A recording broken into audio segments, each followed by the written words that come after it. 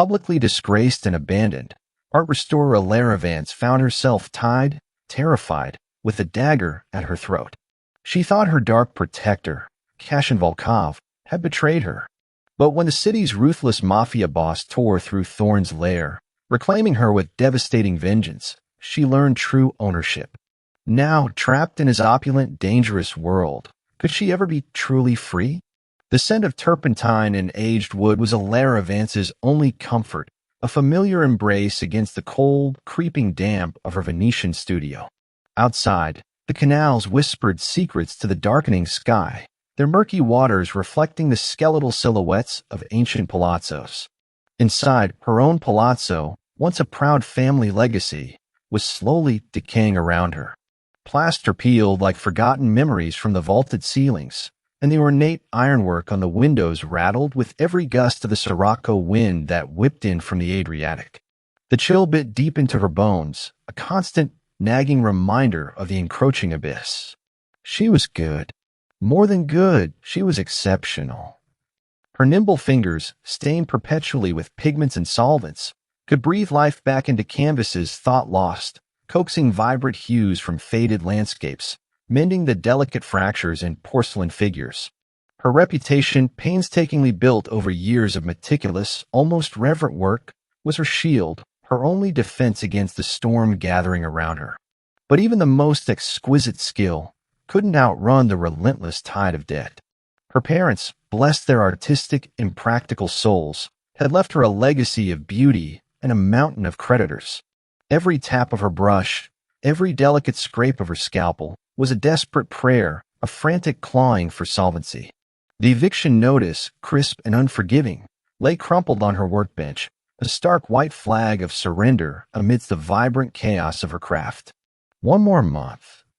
That was all she had. One more month before the very walls that housed her passion, her history, her soul would be stripped away. The thought was a physical ache, a suffocating band around her chest. "Just breathe, Alara," she murmured, the words thin against the cavernous silence. Her own breath plumed in the frigid air.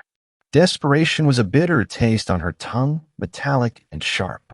She worked by the flickering glow of a single lamp, its golden light dancing over the piece currently dominating her table, a Venetian locket.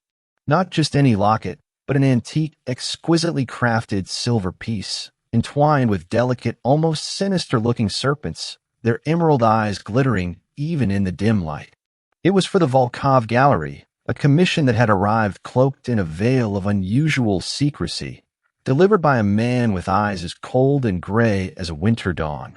The locket was undeniably beautiful, ancient and whispering of forgotten eras. Yet there was something unsettling about it, a subtle hum of power that vibrated beneath her fingertips as she worked. Legends claimed it was cursed, having brought ruin to every family it graced. Alara, a woman of science and artistic precision, usually dismissed such folklore.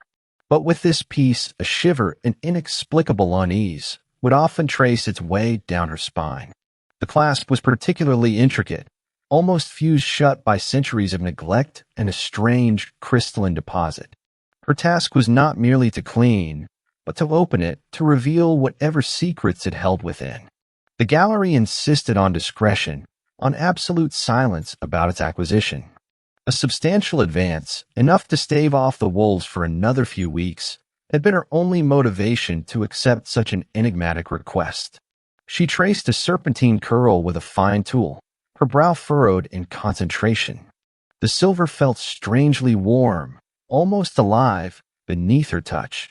Every fiber of her being yearned to lose herself in the intricate dance of restoration, to forget the gnawing fear that whispered of a future without her studio, without her art.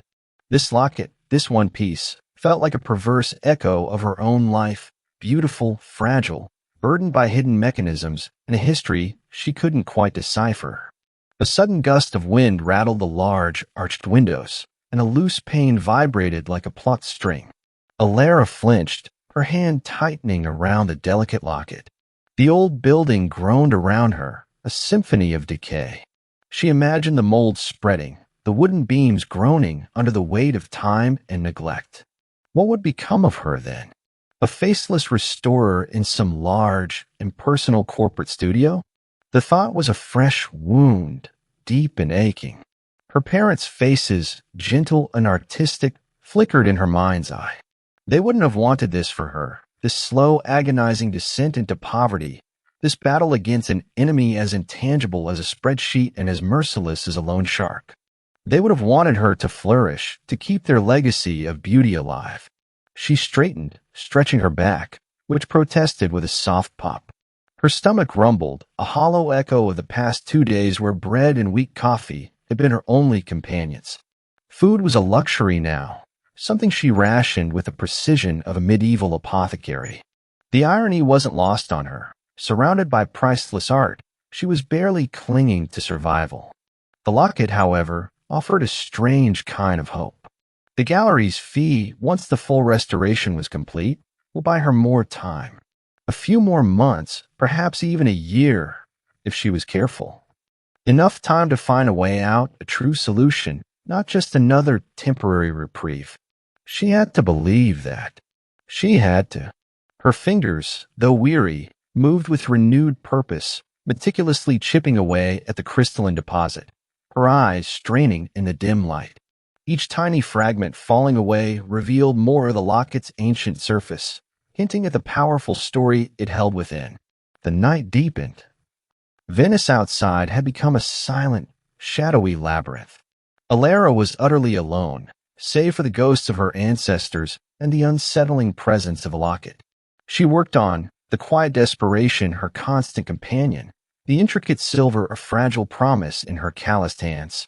She was so engrossed, so utterly consumed by the delicate work, that the sharp, insistent ring of her ancient studio phone made her jump, a cry escaping her lips. It was the Volkov Gallery. The number unfamiliar. Her heart hammered against her ribs, a frantic bird against a cage. Who would call so late? The gallery was typically impersonal, all hushed tones and formal appointments. She picked up, her voice a little shaky. Ms. Vance, this is an urgent request from the Volkov Gallery. The voice on the other end was clipped, authoritative, not the usual assistant. We require your immediate presence. At the gallery. Tonight. It concerns the locket. Her mind reeled. Immediate? Tonight? A cold tendril of unease curled in her stomach, stronger than any fear of debt. This was highly irregular. But it's nearly midnight. Is everything all right? We do not discuss sensitive matters over the phone, Ms. Vance. Mr. Volkov himself requests your presence. Immediately, the tone brooked no argument. It was a command, not an invitation. Alara's gaze drifted to the locket, still nestled in its velvet cushion, its emerald eyes seemingly watching her. A sudden, irrational thought, cold as the Venetian night, pierced through her exhaustion.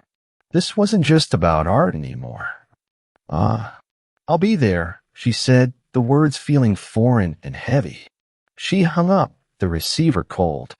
Against her ear, the locket seemed to pulse with a faint, malevolent light. She swallowed, her throat suddenly dry. The promise of an escape from her abyss had just pulled her deeper into an unknown darkness. Why now? And what could be so urgent about an old locket in the dead of night that it warranted a summons from Mr. Volkov himself? She strapped on her worn canvas bag, containing her most essential tools, and with a last lingering look at her crumbling studio, stepped out into the biting Venetian night, towards the glittering, dangerous world of the Volkov Gallery. A world she was about to discover was far more than just art. The gondola, usually a romantic silhouette against the moonlit canals, felt like a funeral barge tonight, slicing through the inky water with unsettling silence. Alara clutched her canvas tote, its worn fabric offering little comfort against the prickle of apprehension on her skin. The Volkov Gallery, a magnificent Renaissance palazzo reclaimed by modern wealth, loomed ahead. Its grand facade, usually a beacon of artistic reverence, now seemed to frown, its windows like dark, watchful eyes. A discreet side entrance, not the public one, stood ajar. No cheerful attendant, no soft hum of a cleaning crew. Just silence, thick and heavy, punctuated only by the distant lapping of water against stone.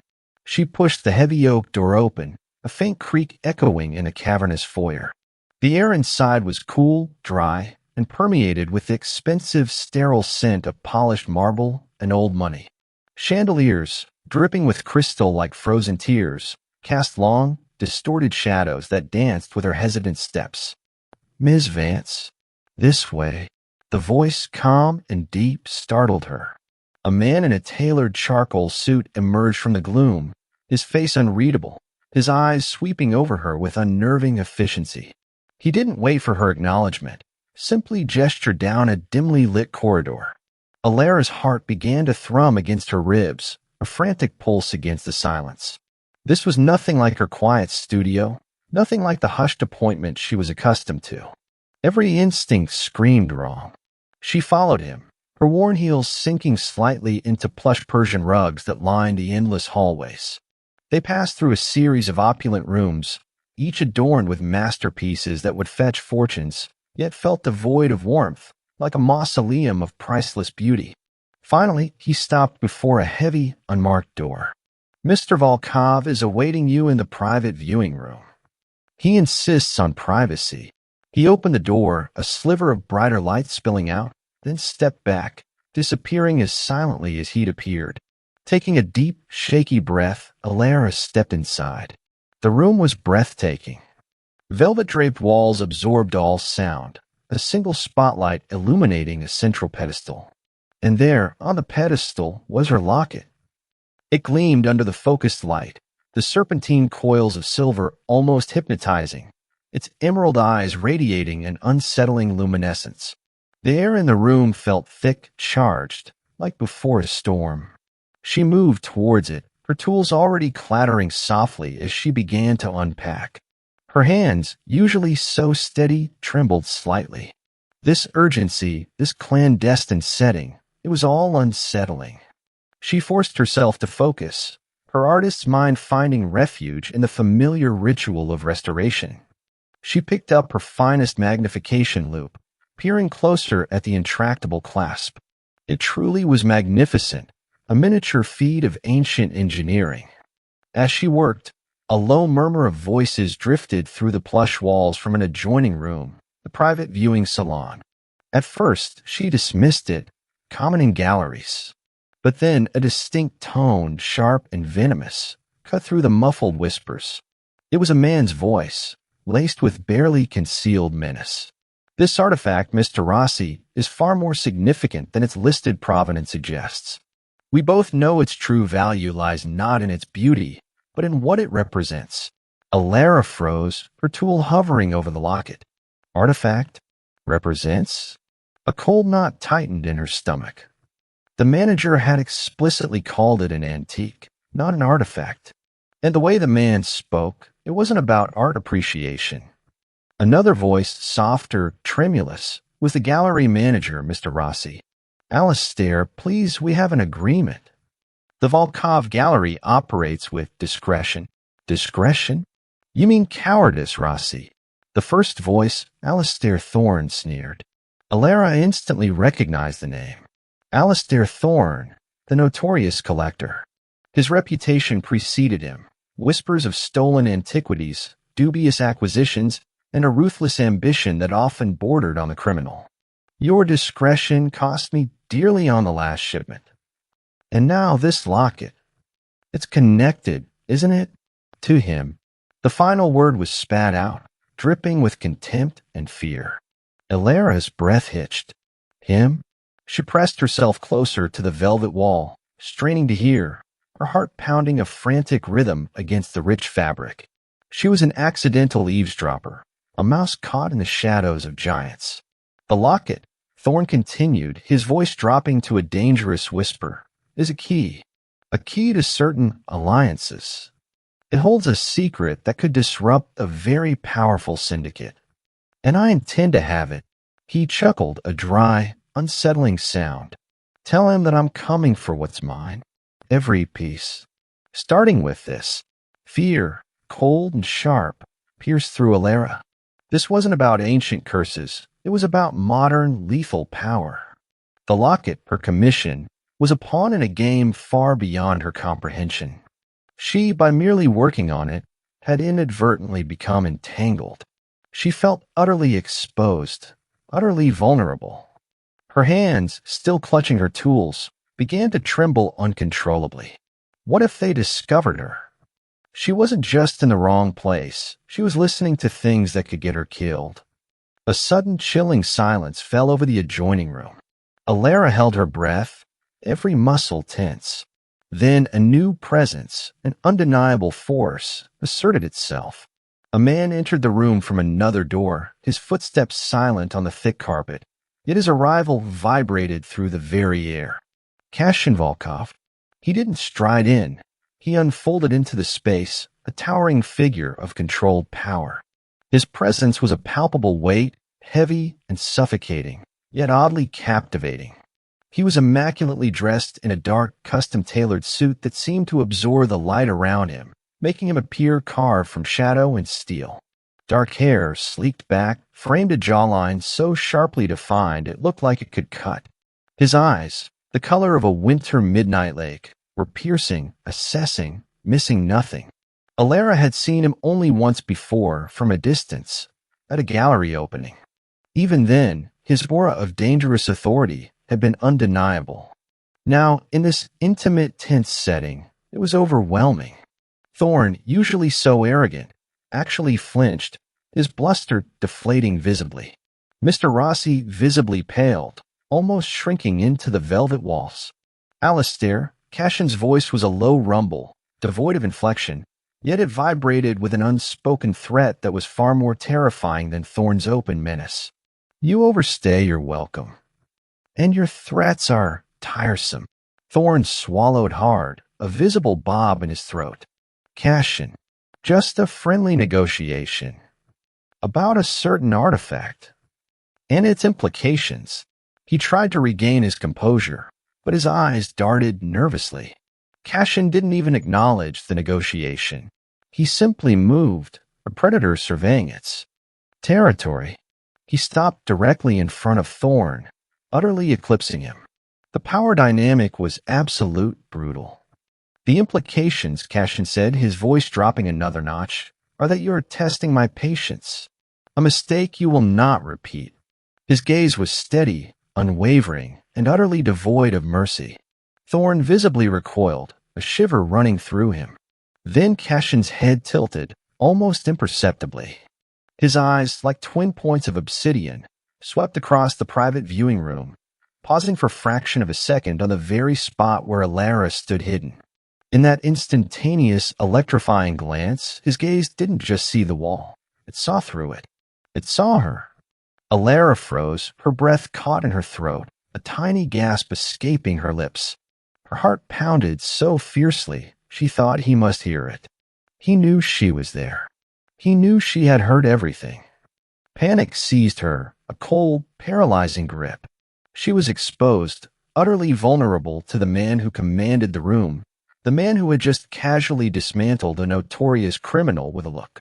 But as his eyes locked onto where she stood, hidden, there was no anger, no immediate threat. Instead, a spark ignited in those midnight depths, a flicker of something that was both chillingly possessive and strangely, deeply curious. It was the gaze of a hunter who had found an unexpected, intriguing prey. A dangerous fascination. In that split second, a profound, unsettling awareness bloomed between them, a silent communication that bypassed words entirely. She was no longer just an anonymous restorer. She was seen, and something in that recognition, terrifying as it was, also held an undeniable magnetic pull.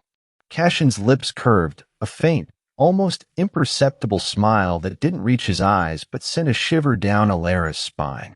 It was a smile of a man who held all the cards, who had just found a new, compelling piece to add to his intricate, dangerous game. He turned back to Thorn, his voice colder than the Venetian winter. You will leave this gallery, Alistair, and you will forget what you negotiated tonight. Or I will ensure you forget everything. Thorn, defeated and seething, merely nodded, gathering his shattered pride. He cast a venomous look at Mr. Rossi, then stalked out of the viewing room, his footsteps heavy with frustrated fury. Rossi, visibly relieved, though still pale, mumbled apologies. Cashin remained, his back to the wall where Alara was hidden. He didn't speak, didn't move. He simply stood. And the silence was heavier now, filled with the unspoken weight of what had just transpired. Alara could feel his presence, a powerful magnetic pull from beyond the wall. She knew with chilling certainty that his gaze was still on her, even through the wood and velvet. The air crackled with a silent, dangerous awareness. She had stumbled into his world, a world of power and shadows, and now he knew she was there. And she had a horrifying suspicion he wouldn't let her go. The chill of the Venetian night clung to Alara even after she returned to her studio, but it was an internal cold now, a pervasive dread that seeped into her bones. Cashin Volkov's gaze, that brief, piercing acknowledgement, had branded itself onto her memory. It was the look of a hawk spotting its prey, not with hunger, but with an unsettling, proprietary interest. She felt seen, utterly exposed, yet paradoxically, a strange, nascent hum of adrenaline pulsed beneath her fear. She had stumbled into a world of shadowed power, and the darkness had noticed her. The subtle terror began almost immediately.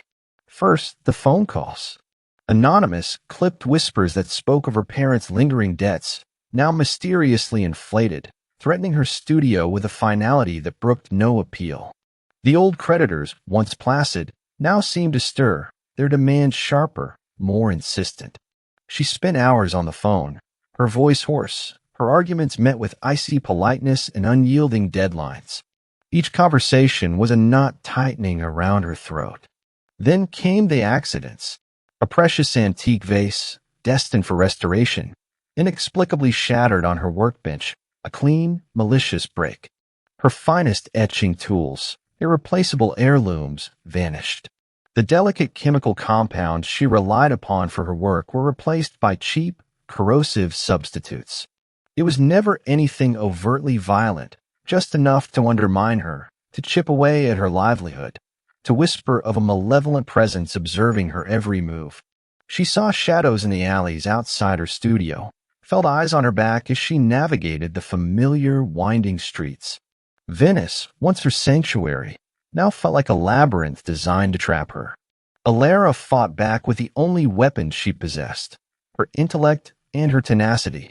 She pored over legal documents, searching for loopholes, for any shred of evidence of fabrication. She contacted a struggling lawyer, a kind but ultimately ineffective man, who, after a few hushed phone calls, simply shook his head, his face grim. Ms. Vance, these new claims, they are intricate, very well constructed. It's as if someone with immense resources is pulling strings you can't even see. And the old ones, they've been bought. Your studio, it's effectively gone. His words were a death knell, echoing the crumpled eviction notice in her drawer. Desperate, she tried to secure new commissions, reaching out to other galleries, private collectors. But a strange chill met her efforts. Doors that were once open now remained firmly shut. Whispers, subtle but damaging, about her unreliability, her financial instability, even her dubious associations, a clear reference to the Volkov gallery, she realized with a jolt, began to circulate. Her reputation, her most valuable asset, was being systematically dismantled. She was being erased, professionally and financially. One particularly bleak morning, a single pristine white rose appeared on her doorstep. Beautiful, yet utterly out of place. Tucked into its petals was a small, elegant card. No name, no message. Only a single, chilling word, yield. It was Thorn. She knew it with a cold certainty that stole her breath. He was tightening the noose, slowly, methodically, enjoying her struggle. The image of his sneering face in the gallery, the venom in his voice, flashed before her eyes. He wanted the locket, or whatever secret it represented, and he would crush her to get it. She sat amidst the ruins of her fading hopes, the scent of turpentine now laced with the acrid tang of despair. Her small, safe world had become a battlefield, and she, a solitary artist, was utterly, outmatched. The gnawing fear blossomed into a suffocating certainty. She was trapped. Her integrity, her fierce independence, they were luxuries she could no longer afford. She was losing everything. Just as the last vestiges of hope threatened to extinguish themselves, a summons arrived. Not a phone call, but a liveried driver, impeccably dressed, appearing silently at her studio door.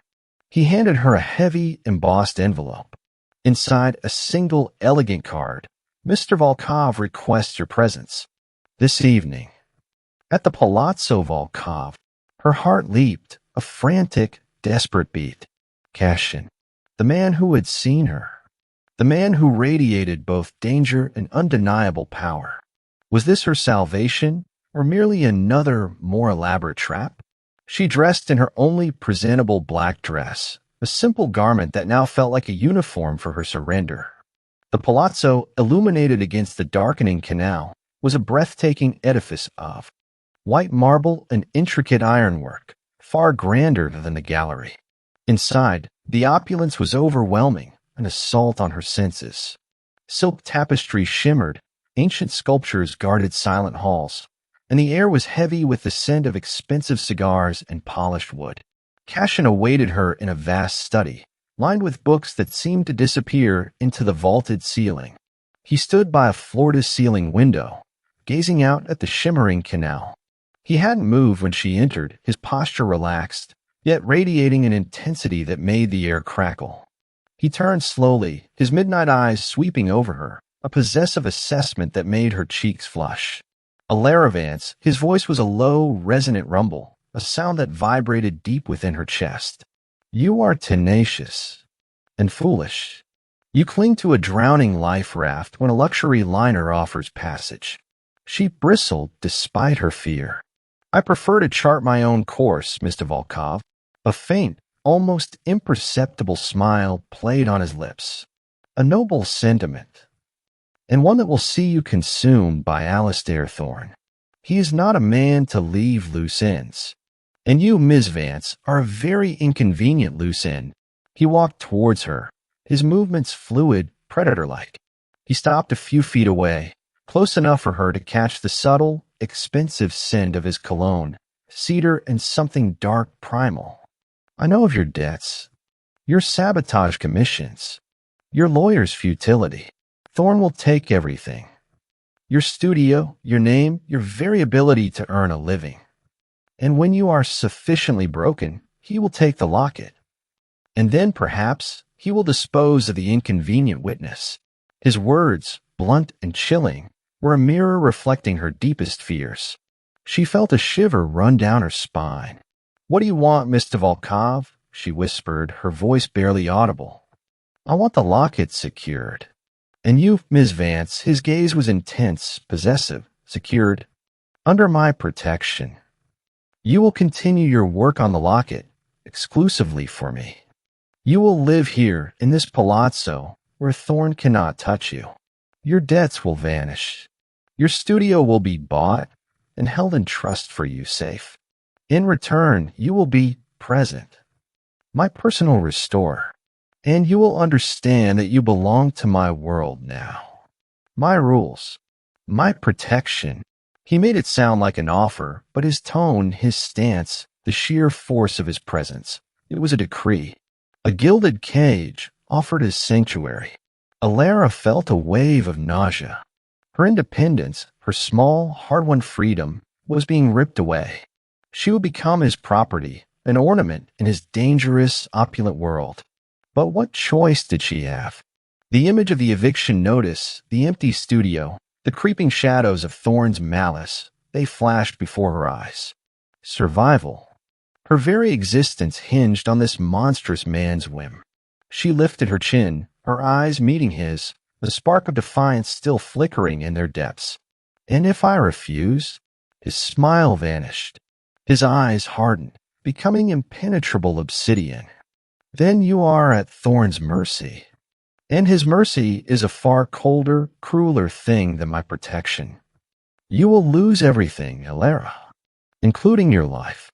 Eventually, he leaned in slightly, his voice a silken whisper that sent shivers down her spine.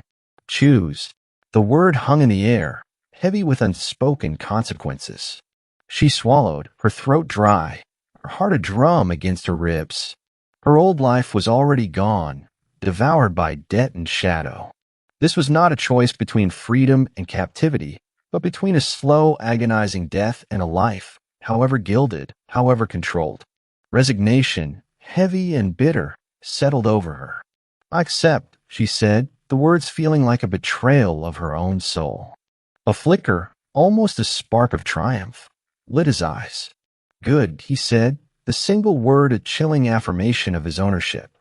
He gestured towards a door she hadn't noticed before, opulent and subtly guarded. "Your new quarters await. Comfortable, secure. You will want for nothing, save perhaps your former illusions of freedom."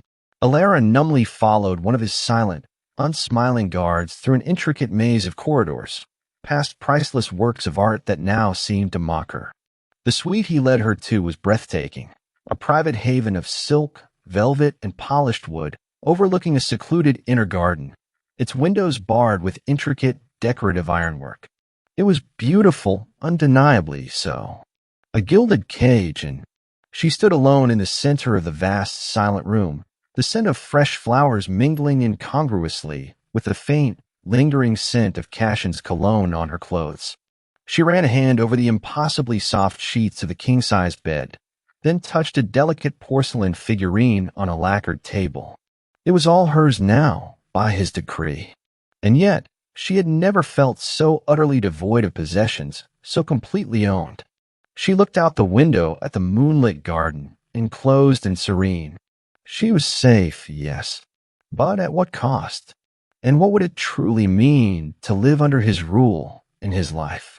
The thought was a terrifying, irresistible question. The gilded cage, Alara soon discovered, was impeccably furnished and fiercely guarded.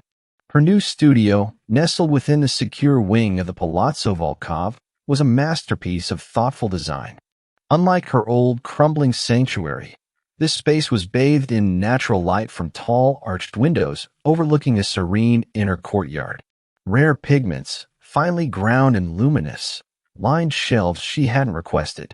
Tools she'd only dreamed of, crafted from precious metals and ergonomic designs, lay neatly arranged on a solid oak workbench. Every material, every instrument, bespoke an unspoken understanding of her craft, an intimate knowledge that both unnerved and deeply pleased her. But the sheer luxury felt alien, a silken shroud that smothered her accustomed austerity. The soft rustle of expensive fabrics against her skin, the subtle scent of cedar and old leather that permeated the air, the discreet hum of unseen security systems. It was all a constant reminder that this was not her home, but a meticulously maintained prison. Her days settled into a strange rhythm. She worked on the locket, its intricate serpents now almost entirely free of their centuries-old incrustation, the emerald eyes gleaming with an almost predatory light. The secrets within felt closer, humming beneath her fingertips. She was free to pursue her art, to lose herself in the delicate dance of restoration, a small rebellion against the overwhelming reality of her captivity. Yet she was never truly alone. The guards, quiet as shadows, were always there.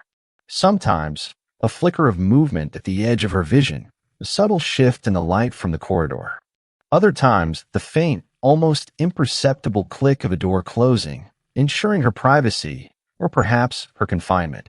They were like extensions of Cashin Volkov himself, silent, efficient, omnipresent. Cashin. Their interactions were sparse, formal, and charged with an unspoken tension. He would appear in her studio at unexpected times, a tall, dark silhouette against the sunlit windows. He never touched anything, never interrupted her work directly, but would simply observe.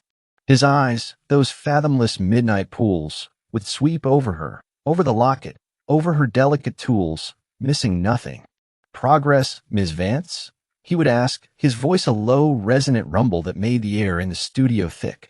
"Always, Mr. Volkov," she would reply, her own voice steadier now, a fragile defiance hardening her tone. He had an uncanny understanding of her work. Once she mentioned the difficulty in sourcing a particular, almost mythical solvent. The next morning, a small unmarked vial, filled with the exact liquid, appeared on her workbench. Another time, she found herself sketching intricate patterns from the locket's design, lost in thought. A new sketchbook filled with the finest archival paper and a set of rare artist-grade pencils lay on her drawing table the following day.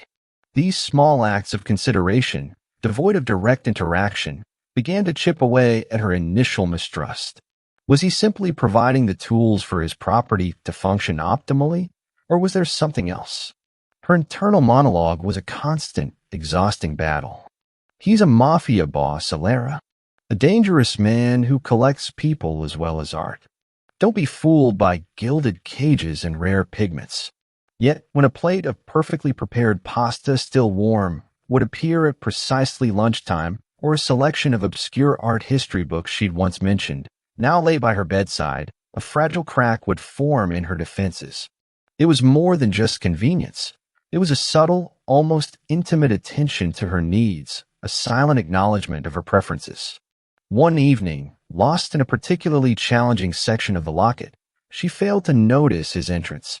He stood behind her for several long minutes, observing her meticulous work, the intense focus etched on her face. When she finally looked up, startled, their eyes met. His gaze held its usual impenetrable intensity, but beneath it, she thought she saw something else, a flicker of contemplation, perhaps even a nascent respect for her quiet passion.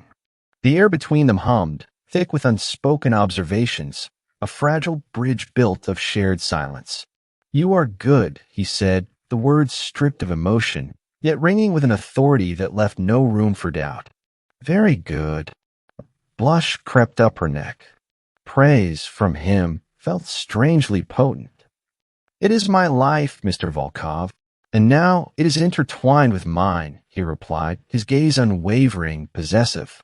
The bluntness of his statement was jarring, a stark reminder of her new reality. Yet, instead of feeling the familiar sting of resentment, she felt a strange, unsettling awareness. She was under his protection, yes, but she was also his. Later that week, she ventured into the vast palazzo gardens, a riot of meticulously maintained roses and fragrant jasmine. She hadn't realized how confined she felt until the fresh air hit her lungs. As she walked, a slight rustle in the bushes made her jump. A guard, silent and stoic, emerged, his eyes scanning the perimeter. He nodded to her, a gesture of reassurance, then faded back into the foliage. Cashin's protection was comprehensive, relentless. It was a golden leash, yes, but it kept the wolves at bay. One afternoon, she decided to explore the ground floor's public areas, where the main gallery was closed for a private event. The grandeur was overwhelming. She found herself in a quiet corner, admiring a vibrant Venetian landscape, when she overheard hushed voices from a nearby office. It was Mr. Rossi, the gallery manager, his voice filled with nervous deference. "But Mr. Volkov, the arrangements for the shipment to Zurich, they are quite unorthodox. Surely, a public auction would yield a higher, transparent profit." A deeper voice, sharp and dismissive, cut him off. "Cashin, transparency is a luxury, Rossi, not a necessity. My methods ensure security and profit. Thorne's network is still active, probing for weaknesses. We do not afford them opportunities." Alara froze, her hand flying to her mouth. Thorne. He was still out there, still a threat. And Cashin was actively countering him, protecting not just his assets, but by extension her. A strange, cold sense of relief washed over her, mingled with a reluctant admiration for his ruthless efficiency. He might be a captor, but he was a terrifyingly capable one. As she turned to retreat, she found herself face to face with Cashin. He had emerged from the office, his expression unreadable, a faint line etched between his dark brows. He had clearly heard her. A wave of heat rushed through her cheeks. "Eavesdropping, Miss Vance?" he asked, his voice low, but without a hint of anger. "Ah, I wasn't," she stammered, her heart hammering. "I was just admiring the painting." His gaze lingered on her, then shifted to the painting behind her, a fleeting, almost melancholic appreciation in his eyes. "A masterwork," he murmured. His eyes returned to her, studying her flushed face, her trembling hands. "The locket. Its secrets will soon be revealed, won't they?" She nodded, the sudden intensity of his gaze making her breath catch. "Yes." "The clasp. It's almost free." "Good," he said, his voice a whisper, his eyes dropping to her lips, then quickly back to her eyes. "Because the truth, Alara, can be a dangerous thing." But sometimes he took a slow, deliberate step closer, his presence enveloping her. "Is the only thing that can truly set you free." He reached out, his long, elegant fingers brushing a stray strand of hair from her cheek. The touch was feather-light, barely there, yet ignited a spark, a visceral awareness that shot through her veins. It was the first time he had ever initiated physical contact. Her skin tingled, and her breath hitched. His eyes, usually so cold, held a flicker of something she couldn't quite decipher, a raw, untamed desire that was both terrifying and undeniably magnetic. The air between them crackled, thick with unspoken questions and a burgeoning, dangerous attraction. He held her gaze for a long, charged moment, his thumb tracing the curve of her jaw, before pulling his hand back as abruptly as he had reached out. The sudden absence of his touch left a ghost of warmth, a phantom ache. He simply turned, his back to her, and walked away, leaving Alara trembling, utterly exposed to the raw, unsettling chemistry that had just exploded between them. Her gilded cage suddenly felt a lot smaller and infinitely more dangerous than she had ever imagined. The fragile peace Alara had found within the Palazzo Volkov was shattered by the brutal reality of Thorne's malice. She was in her studio, lost in the delicate curve of a serpentine scale on the locket, when a sharp rap on her door jolted her. It was Cashin's head of security, Dante, his face grim. "Ms. Vance," Dante's voice was clipped, devoid of his usual stoicism. "We have an issue. Your old studio was compromised." Alara's blood ran cold. Compromised. The euphemism did little to soften the blow. Her studio, her last tangible link to her old, quiet life, violated. A wave of icy dread washed over her, chilling her to the bone. What happened?" she managed, her voice a thin whisper. Dante stepped aside, revealing a smaller, unmarked box in his hands. "Targeted break-in. Nothing of value was stolen, but a clear message was sent. And something was left."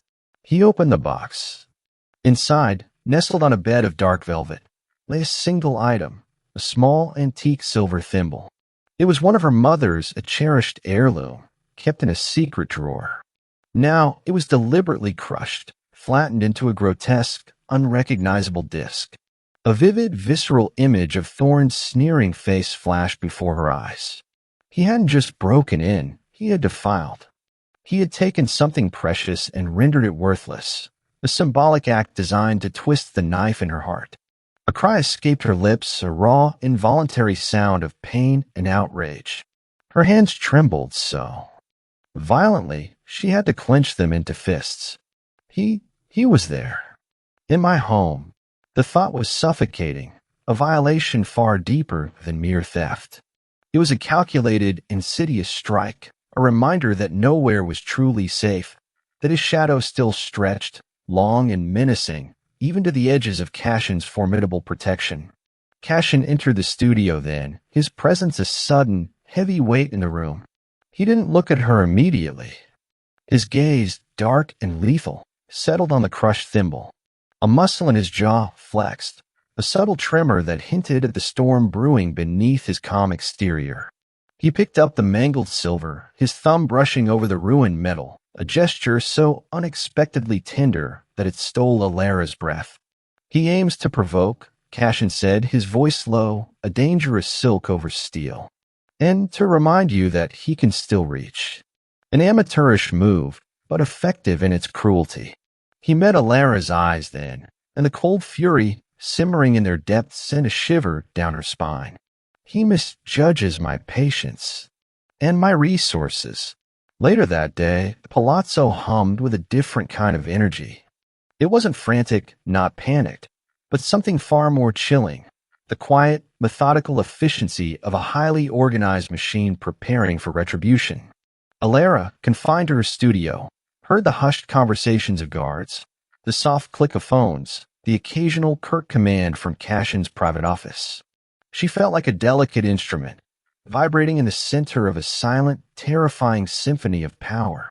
Cashin visited her again, not to offer comfort, but to deliver cold, hard facts. He sat opposite her, across the large oak table, his hands clasped, his posture relaxed, yet radiating an intensity that made her instinctively pull back. Thorne thought the locket might still be there. Cashin began, his voice devoid of emotion, or he wanted to ensure you understood the price of defying him. He targeted your professional reputation next. He slid a sleek tablet across the table. On the screen were screenshots of obscure art forums, respected critics' blogs. Articles subtly hinted at Alara's alleged unethical practices, questionable sources, and even fraudulent restoration techniques. The smear campaign was insidious, designed to destroy her credibility without ever directly accusing her. Alara stared at the screen, a fresh wave of nausea rising in her throat. It was a slow, agonizing professional death, orchestrated with surgical precision. "He wants to erase me," she whispered, her voice raw. "He wants to scare you into submission," Cashin corrected, his eyes hard. "He wants you to believe you have nowhere left to run, no one left to trust. He wants the locket. And he wants to break you before he takes it." "And you?" she asked, a spark of defiance in her eyes. "What do you want, Mr. Volkov?" "To watch him do it, then pick up the pieces." A faint, almost predatory smile touched Cashin's lips. "On the contrary, Ms. Vance, I do not permit others to interfere with what is mine." He took the tablet back, his thumb idly stroking the screen. Alistair Thorne cultivates an image of being an astute, legitimate collector, a man of refined taste, discreet wealth. He launders his more unsavory dealings through a complex web of shell corporations, purchasing legitimate art at inflated prices to clean his dirty money. Alara listened, captivated despite herself. The cold, precise way he articulated Thorne's criminal enterprise was terrifyingly efficient. He has also conveniently been acquiring a rare collection of Renaissance bronzes, Cashin continued, his gaze unwavering, from various sources. Some less than legal. Some, shall we say, of questionable provenance. He picked up his phone, his movements economical, decisive. He spoke in low, rapid Italian, a dialect she barely understood, issuing a series of curt commands. He mentioned names, dates, specific bank codes. There was no shouting, no dramatics, just the chilling authority of a man pulling invisible strings that controlled an entire network. Within hours, the palazzo was buzzing with subtle news. Rossi, the gallery manager, approached Alara, his face a mixture of awe and fear. "Ms. Vance, it's extraordinary. There are rumors, whispers in the market. Alistair Thorne's new acquisitions, the Renaissance bronzes, they've been flagged. Globally. Interpol, Customs, even the Vatican's Art Restoration Oversight Committee.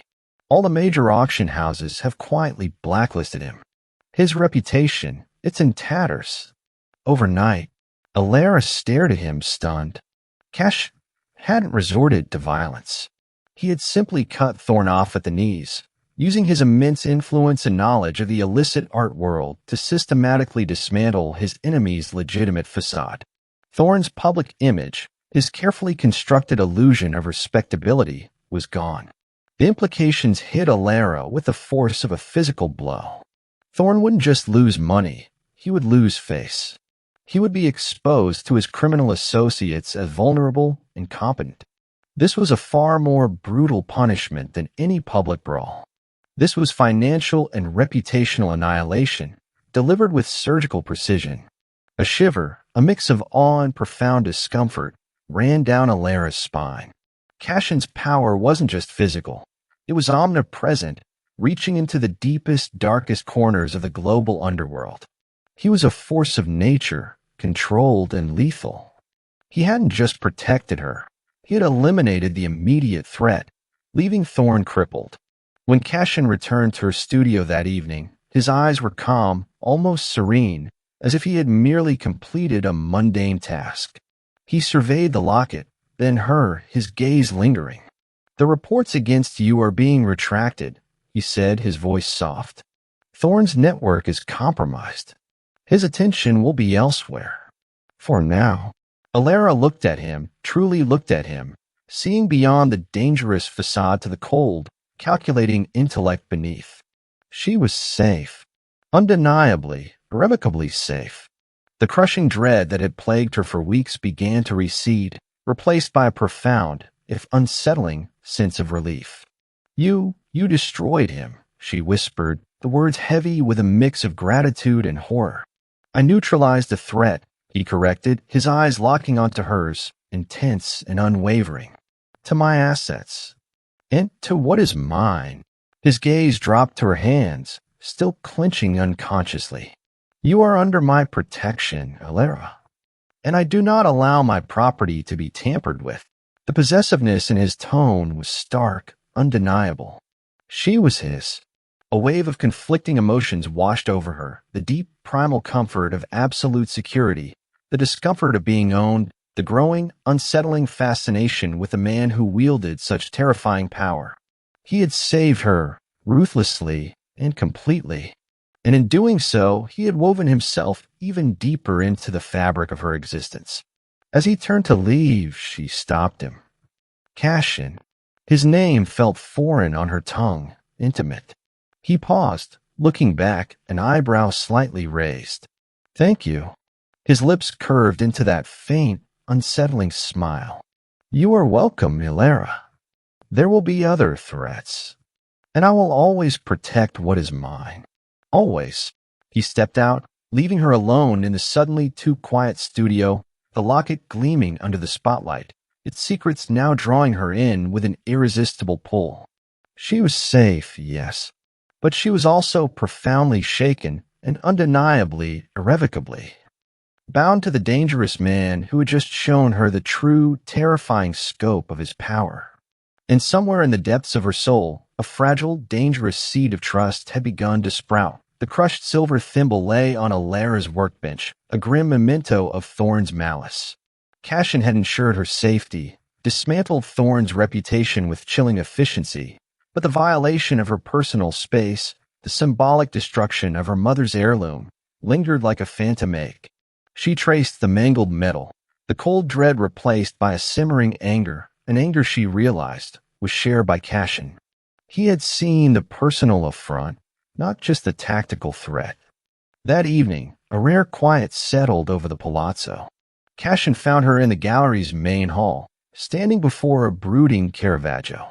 The painting, with its stark contrasts of light and shadow, reflected the turmoil within her. He didn't announce his presence, simply stopped beside her, his silence a familiar, potent companion. "The thimble," she said, her voice soft, barely a whisper in the vast room. "It was my mother's. She used it when she taught me to mend tapestry." Cashin's gaze remained fixed on the Caravaggio, but his presence beside her felt suddenly less imposing, more grounded. A symbolic attack, designed to wound where it hurts most. He succeeded, she admitted, tremor in her voice. "It felt like he reached into my past and defiled it." She turned to him then, her eyes seeking his, searching for something beyond the impenetrable mask he usually wore. "Why did you bother, Cashin? I was just a means to an end, a locket a piece in your game. You could have just let him take me, then taken a locket back." His head turned slowly, his midnight eyes meeting hers. The usual guardedness was still there, but beneath it, she perceived a flicker of something raw, something she hadn't seen before.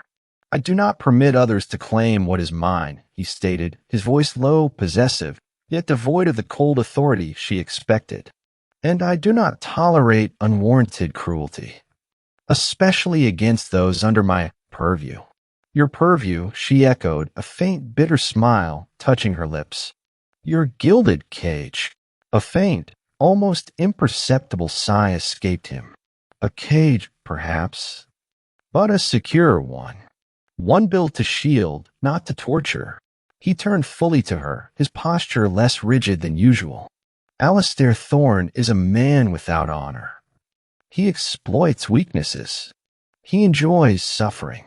I do not. There is a distinction.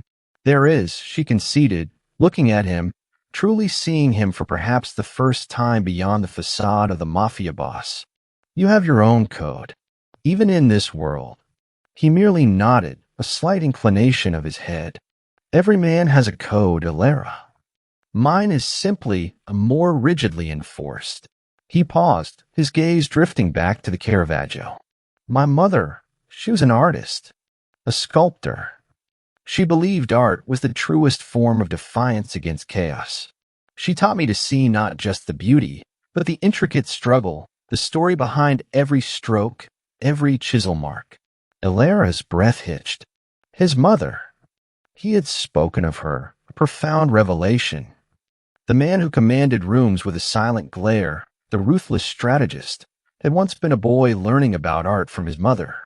It was a crack in the armor, a glimpse into the human beneath the boss.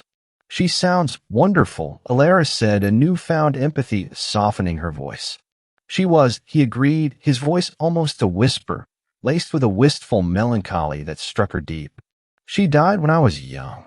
Before I fully understood the cost of protecting what you love in this world. His hand, usually so controlled, flexed slightly at his side, as if clenching an invisible memory. Her work, her studio, everything she built, it was all taken. Not by enemies, but by the vultures who circle any perceived weakness. The words hung heavy in the air, a shared secret between them. Her parents' debts, his mother's lost legacy, they were threads weaving an unexpected tapestry of understanding between them. She understood the raw pain of losing something precious, not to fate, but to the rapacious greed of others.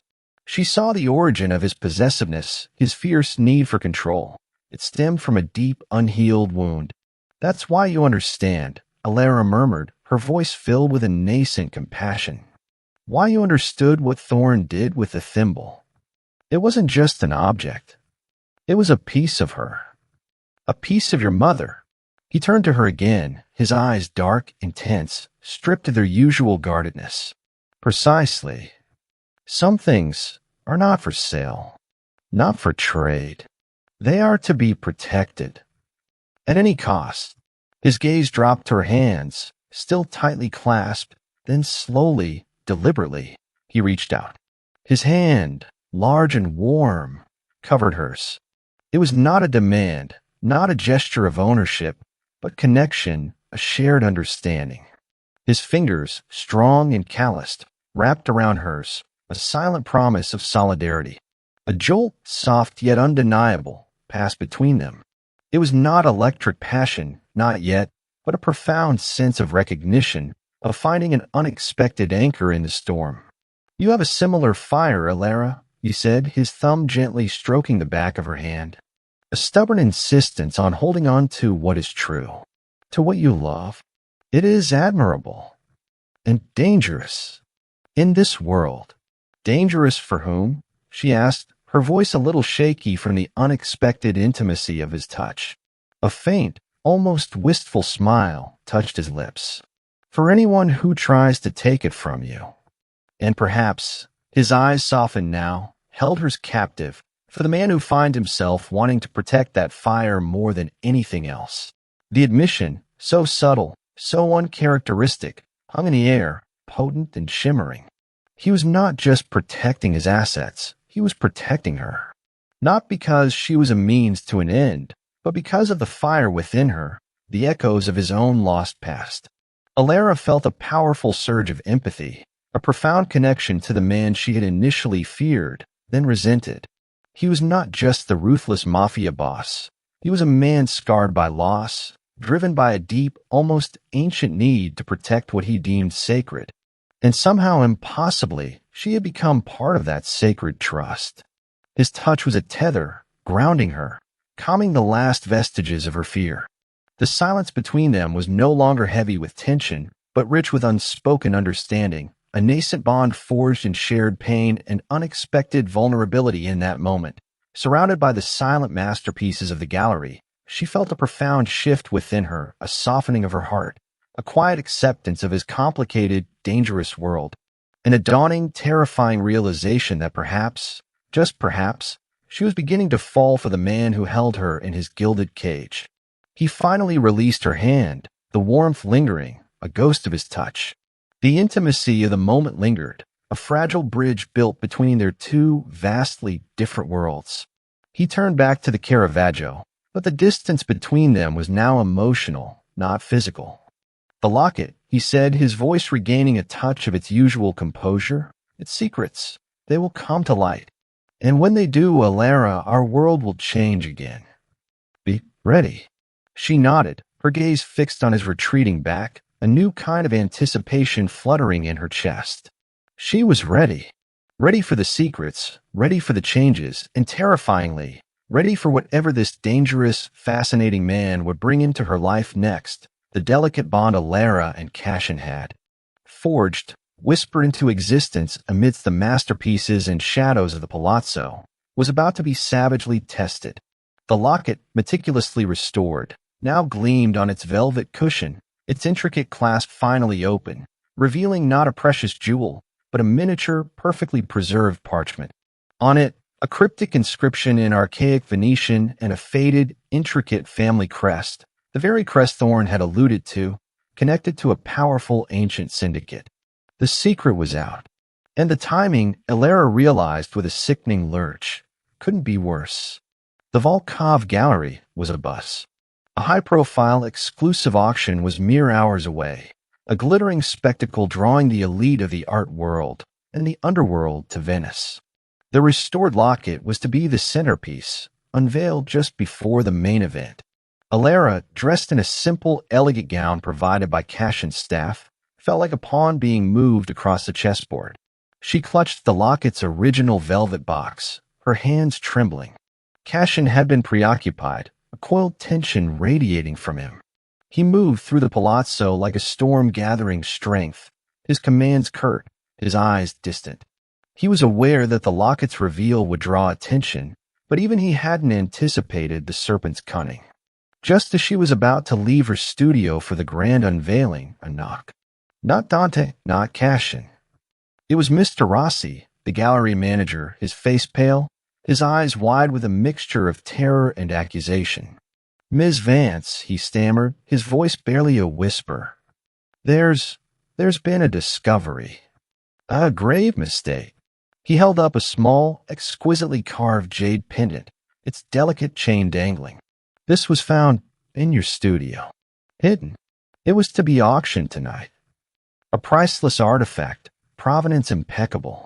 But it's a forgery. A remarkably clever one. And you were the last one in this wing." Alara stared at the pendant, her mind reeling. Jade. She never worked with Jade. Her blood ran cold. This wasn't an accident. This was a setup. Her heart hammered against her ribs, a frantic bird against a cage. "That's impossible, Mr. Rossi. I've never seen that before in my life." "But the evidence, Ms. Vance." Rossi's voice rose, edged with panic. "Your fingerprints are all over the box it was in. And the stylistic analysis. It's a perfect mimicry of your hand. Someone is saying you were trying to swap it with the original during the auction to profit from the confusion." The absurdity was horrifying. Her reputation, painstakingly built on integrity and authenticity, was being systematically demolished. Someone had meticulously framed her. Thorn. It had to be Thorn. He hadn't just attacked her studio, he had attacked her very identity. Before she could form a coherent defense, heavy footsteps echoed in the corridor. Dante and two other guards appeared, their faces grim, their eyes fixed on her with chilling new suspicion.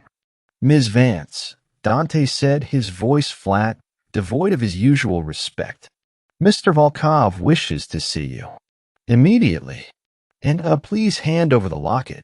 His gaze, usually so impassive, held a flicker of something that looked like disappointment. Her stomach churned. This was it. Thorn's masterstroke. He was not just discrediting her, he was creating a wedge between her and Cashin, making her appear a traitor, a con artist. He knew Cashin's code, his absolute intolerance for betrayal. No, Alara said, clutching the velvet box tighter. I'm not a thief. This is a setup. Thorn. He's trying to frame me.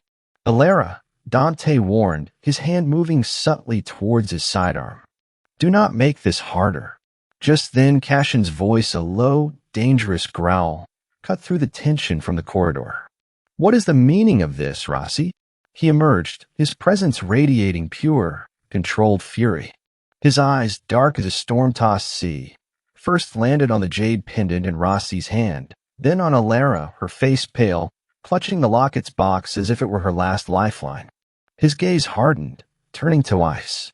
The trust, the fleeting moments of vulnerability they had shared, evaporated in the face of this apparent betrayal. The accusation in his eyes was a physical blow. Mr. Volkov, sir, Rossi stammered. Ms. Vance was attempting to replace a genuine artifact with this ingenious forgery. Her fingerprints are on the box. Her technique evident in the fake. Cashin's eyes narrowed, sweeping over Alara, then the locket box in her hands. He saw her pale face, her trembling form, her obvious distress. But he also saw the damning evidence, seemingly undeniable. The seed of doubt, planted by Thorn, had taken root. Is this true, Alara? His voice was a whip crack, cold and devoid of warmth. Were you attempting to betray me? No, she cried, her voice choked with desperation and rising fear. I would never. It's Thorn. He's behind this. He put that pendant there. He manipulated the evidence. He wants the locket, and he wants to destroy us both. But the words felt hollow, inadequate against the weight of the fabricated evidence. The cold anger in Cashin's eyes was devastating. The brief, precious connection they had built shattered into 1,000 shards. He believed the lie. Take her, Cashin commanded, his voice flat, his eyes never leaving hers, filled with a cold, terrifying disappointment that pierced her to the core. It was worse than anger. It was betrayal. Dante and the other guards moved swiftly. Before Alara could react, they seized her arms, expertly disarming her of the locket box. The heavy weight of the locket was gone, replaced by the crushing weight of despair. As they pulled her away, she struggled, looking back at Cashin, her eyes pleading, desperate. Cashin, please, you have to believe me. It's a trap. He remained motionless, a dark, imposing figure, his face carved from stone. His eyes, however, held a flicker of profound anguish, quickly masked by ruthless resolve. The perceived betrayal cut deep. She was dragged through a maze of service corridors, away from the glittering auction hall, away from Cashin's protective embrace. Thorn's men, rough and unforgiving, materialized from the shadows, their faces hard. They were not Cashin's loyal, disciplined guards. These were crude, violent enforcers. Dante and the Volkov guards, seemingly convinced of her guilt, handed her over without a fight, their faces impassive. The message was clear. She was no longer under Cashin's protection. She was discarded. Terror, raw and primal, clawed at Alara's throat. This was it. This was the end of her small, fragile life. The despair was overwhelming, a crushing wave that threatened to drown her. Cashin, her unexpected protector, her gilded cage, had abandoned her. The man who had seen her vulnerability, shared his wounds, and sworn to protect what was his, he had believed the lie. The heartbreak was a jagged shard in her chest. She was shoved roughly into a waiting, unmarked van, the reek of stale cigarette smoke and desperation filling her nostrils. The doors slammed shut, plunging her into suffocating darkness. Bound, gagged, and utterly helpless, she felt the van lurch forward, carrying her away from the palazzo, from Venice, from any hope of rescue. Thorn had won. He had driven a wedge between her and Cashin, humiliated her, and now he would take everything. In the depths of her despair, a single agonizing thought echoed, Cashin. His face, etched with cold. Betrayal. The intimacy they had shared, burned to ashes by a single, cunning lie. She was alone, truly, irrevocably alone, at the mercy of a monster who enjoyed suffering. The serpent had indeed embraced her, its coils tightening, its venom already coursing through her veins. The world went dark, and Alara succumbed to the terror, her last coherent thought a desperate, silent plea to the man who had abandoned her. Kashin Volkov was a man of precise, controlled fury. The moment Alara was taken, the raw, cold disappointment he felt curdled into something far more lethal, a burning, unadulterated rage. The jade pendant, the fabricated fingerprints, Rossi's terrified stammering, all clicked into place with horrifying clarity. Or, the bastard had played a masterful, insidious game, exploiting Kashin's own code against him, using the very notion of betrayal to steal what was his. Find her, Kashin commanded Dante, his voice a low, dangerous rumble that sent shivers down the spine of even his most hardened enforcers. No, every resource, every contact. Tear this city apart if you have to. If a single hair on her head is harmed, Thorn will wish he'd never been born. His private office became a war room. Maps of Venice, schematics of Thorn's known properties, flickering surveillance feeds, all coalesced into a digital tapestry of intelligence. Dante, Leo, and Matteo, his top lieutenants, moved with silent, efficient urgency, their faces grim. The scent of ozone and impending violence hung heavy in the air. Thorn's men used an unmarked van, Leo reported, his fingers flying across a keyboard. Last seen heading towards the old industrial docks, near the abandoned glassworks. Kashin's eyes, usually midnight pools, now burned with a terrifying icy blue flame. The glassworks. His private collection vault. He thinks he can hide her there. He thinks he can hide from me.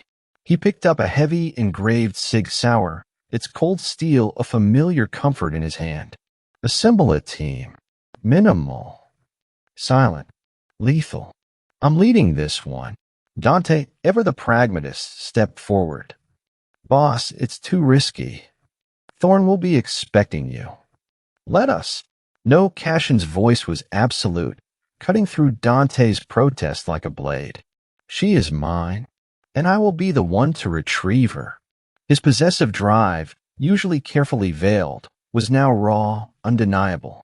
The thought of Alara, vulnerable and terrified in Thorn's clutches, sent fresh waves of searing rage through him. He had seen her fragility, her quiet strength, her burgeoning trust. Thorn had desecrated it all. He would pay. The black armored SUV cut through the Venetian night, a silent, deadly phantom. Inside, Kashin was a coiled spring, his every muscle tensed, his senses heightened.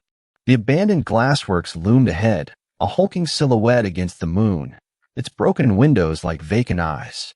It was a labyrinth of crumbling brick, derelict machinery, and forgotten shadows, a perfect lair for a serpent like Thorn. 2 perimeter teams in place, Dante reported from the driver's seat. Infrared confirms multiple heat signatures inside. Looks like Thorn has a welcoming party. He underestimates me, Kashin muttered, checking his weapon. And he misunderstands what I will do to protect what is mine. They approached from the rear, a narrow, overgrown alley reeking of damp earth and decay. Kashin moved with a primal grace, his body a weapon, his instinct honed by years of navigating the treacherous currents of the underworld.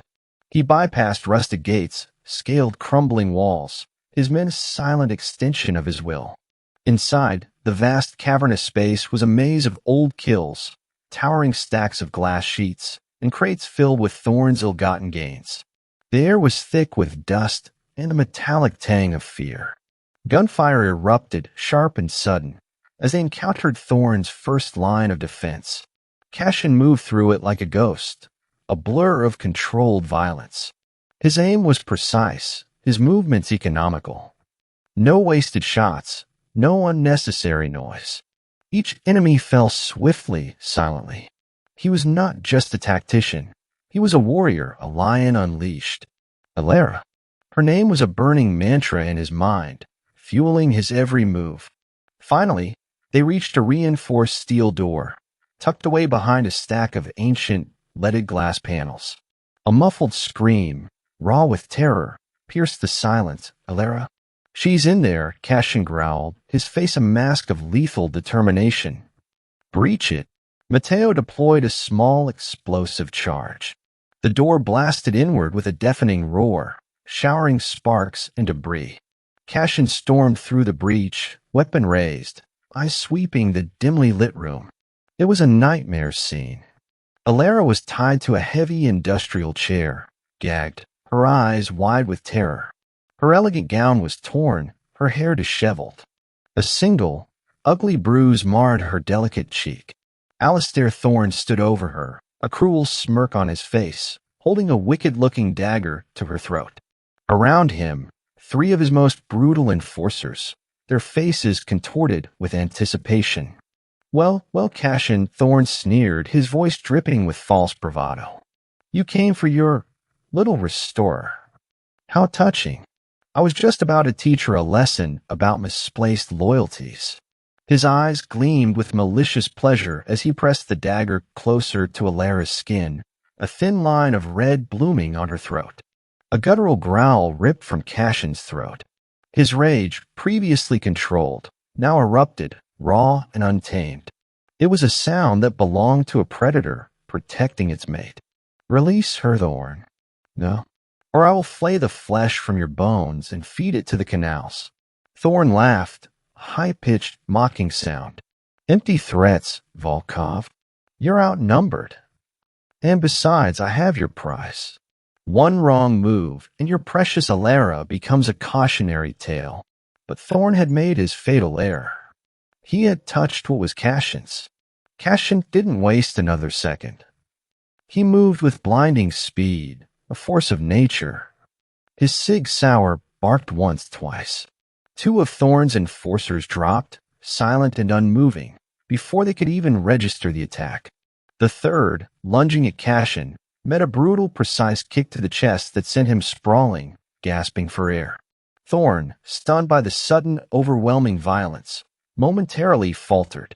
That was all Cashin needed. In a blur, he crossed the distance, his movements fluid and deadly. He didn't shoot Thorne. Not yet. He backhanded the dagger from Thorne's grasp with a sickening crack, then seized Thorne by the throat, slamming him against a stack of crates. Thorne's eyes bulged, his face turning an alarming shade of purple. Cashin's eyes burned into Thorne's, a terrifying abyss of pure hatred. You laid a hand on her. You harmed what is mine. You violated my trust. You are dead. Each word was punctuated by the brutal force of his grip. Then he released Thorne, letting him crumple to the floor, gasping for breath. He didn't spare him another glance. His entire focus was now on Alara. He moved to her, his large hands working quickly, expertly at her bindings. He tore away the gag, his fingers gentle against her bruised skin. Alara, he murmured, his voice rough with emotion, his eyes sweeping over her, taking in every tear, every tremble. Are you hurt? She threw herself into his arms, sobbing, her body trembling uncontrollably. Cashin, I knew you'd come. I knew. The words were choked, incoherent.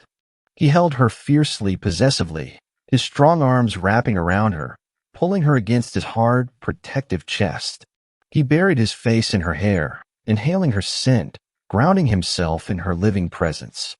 The sheer relief, the agonizing fear for her safety, washed over him, momentarily shaking his iron control. He pulled back slightly, his thumb gently stroking the bruise on her cheek, his touch exquisitely tender. His eyes, though still burning with suppressed fury, held a profound, overwhelming tenderness as they met hers. He touched you, he growled, his voice thick with unspent rage. He will pay dearly. He then turned, his gaze falling on the whimpering Thorne, who was now being secured by Dante. Cashin's eyes hardened into chips of pure ice. He pulled Alara closer, positioning her slightly in front of him, his arm a steel band around her waist, a clear, undeniable claim. Look at him, Thorne, Cashin commanded, his voice ringing with absolute authority, echoing through the cavernous space. Look at the woman you thought you could break. the woman you thought you could use. She is not a pawn. She is not a tool. She is mine, and you will never, ever touch her again." He paused, his gaze sweeping over his men, ensuring every word resonated. "From this moment forward, Alara Vance is under my absolute, undeniable protection. She belongs to me.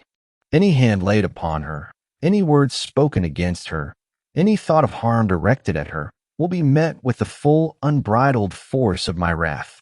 Consider this my declaration." He pulled Alara even closer, his lips brushing her temple, a possessive, tender kiss that spoke volumes of his unspoken vow. He met Thorn's terrified gaze over Alara's head, his eyes promising unimaginable retribution. Alara, trembling but safe in his arms, looked at Thorn. The fear, the despair, had evaporated, replaced by a profound, overwhelming relief. Cassian. He had come. He had unleashed the lion within, not just for the locket, but for her. And in his fierce, possessive embrace, amidst the dust and the echoes of violence, she felt a surge of strength, an undeniable sense of belonging. She was no longer just saved.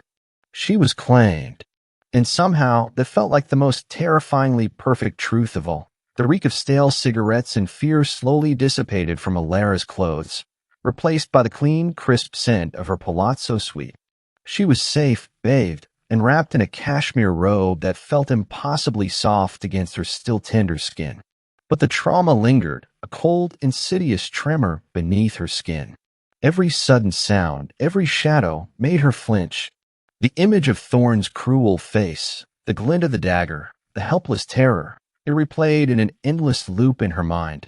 Cassian found her in the dim light of her bedroom, curled on the window seat, staring out at the inky canal.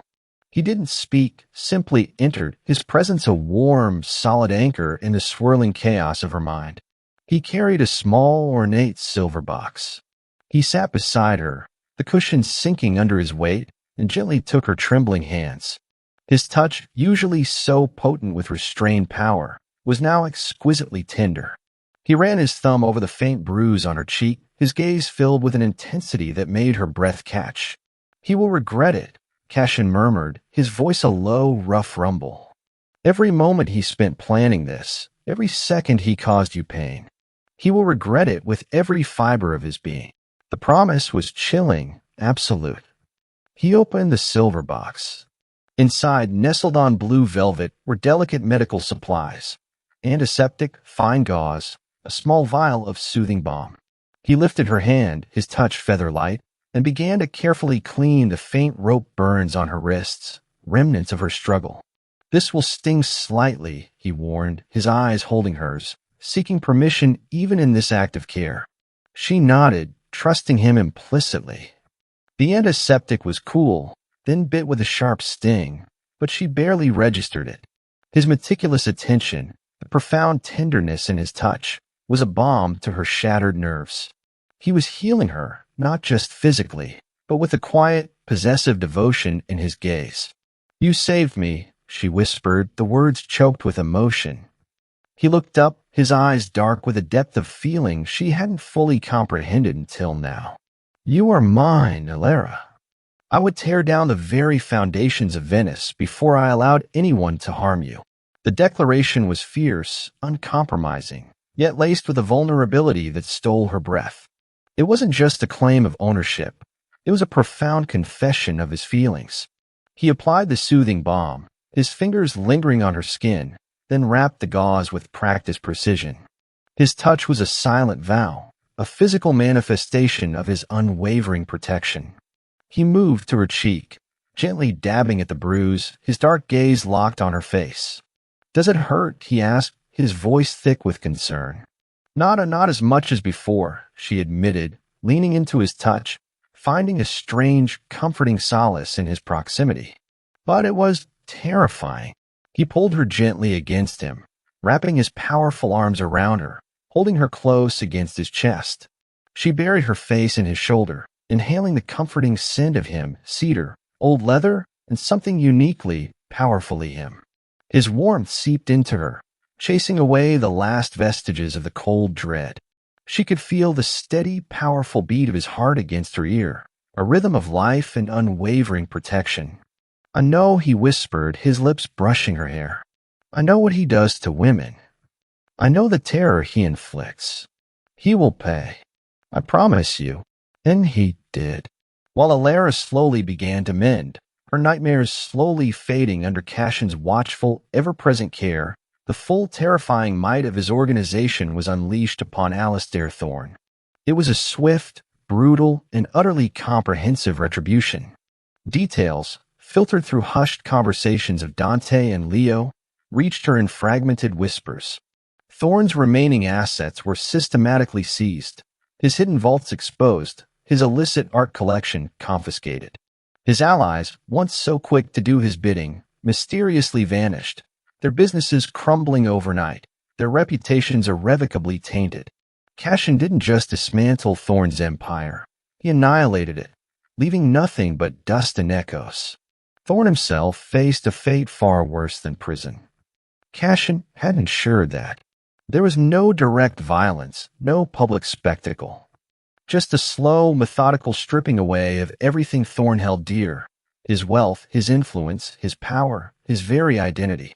He was left a broken, ruined man, his name a byword for failure and utter disgrace in the shadows of the underworld. He became a ghost, haunting the edges of a world that had once worshipped him, despised by all, protected by none. It was a punishment tailor-made for a man who thrived on ego and control, a definitive, irreversible consequence for touching what was Cashin's. One evening, weeks later, as Alara sat in her studio, finally able to work on a new, vibrant canvas, Cashin entered. He held up a small, perfectly restored silver thimble. It was hers, her mother's. Mended, polished, gleaming. "I had it repaired," he said, his voice soft, almost hesitant. "It cannot erase what he did, but it can mend the symbol." Alara took the thimble, her fingers tracing the delicate silver, impossibly smooth now. A wave of emotion, profound and overwhelming, washed over her. He understood. He truly understood. It wasn't just about protection. It was about healing the wounds, mending the broken pieces of her soul. She looked up at him, her eyes filled with unshed tears of gratitude and a dawning, undeniable love. "Thank you, Cashin." He reached out, his hand gently cupping her cheek, his thumb stroking her skin. "You are strong, Alara. Stronger than you know. And you are safe. Forever. With me." The possessiveness in his gaze was no longer terrifying, but a comforting, absolute promise. She leaned into his touch, her heart overflowing. The terror had faded, replaced by a profound sense of peace. She was no longer just the damaged artist, the pawn in a dangerous game. She was Alara, cherished and protected, standing by the side of the formidable man who had not only saved her life, but had irrevocably claimed her heart. And in his presence, surrounded by the quiet splendor of the palazzo, she knew that this was where she belonged. This dangerous, beautiful world. His world. Have you ever felt lost, invisible, or that your true worth was buried under the weight of the world? Alara's journey from a crumbling Venetian studio to the fierce, protective embrace of a mafia boss reminds us that even when everything seems to fall apart, your inherent value shines brightest. Her quiet strength didn't need a loud voice. It just needed someone to see it. Cashin's possessive love wasn't about taking her freedom, but gifting her the ultimate safety to truly live unapologetically. If this tale of vulnerability, fierce protection, and finding your unbreakable spirit resonated deeply with you, embrace that feeling. Join our community of believers in profound love and unwavering resilience. Like this video, subscribe for more stories that heal, and let us know in the comments, what truth did you discover about your own strength today?